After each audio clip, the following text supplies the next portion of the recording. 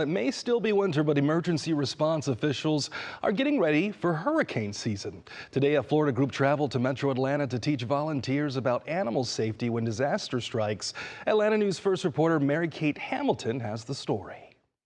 On a rainy day in Georgia, a group of volunteers became students again to prepare for hurricane season in Florida. As natural disasters, as we know, the world is changing, so it's good to be able to be prepared for everything.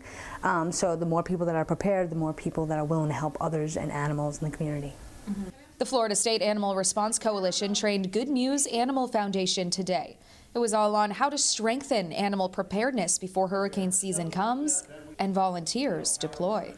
It's owned animals, but also animals that are in shelters, and it's really important to prepare everybody because animals are great, you know, and some people, that's their children. The Florida State Animal Response Coalition says when disaster strikes, people come from all over the country to help, and they need every volunteer. We don't want to lose any lives if we don't need to, so being prepared for our own animals and also for the community's animals is good because there's, you know, we don't want to lose any fur babies, you know, or any animals, birds or critters as well. So it's really important just to kind of have all the bases covered and be able just to help them out. Hurricane season officially begins June 1st. Mary-Kate Hamilton, Atlanta News First.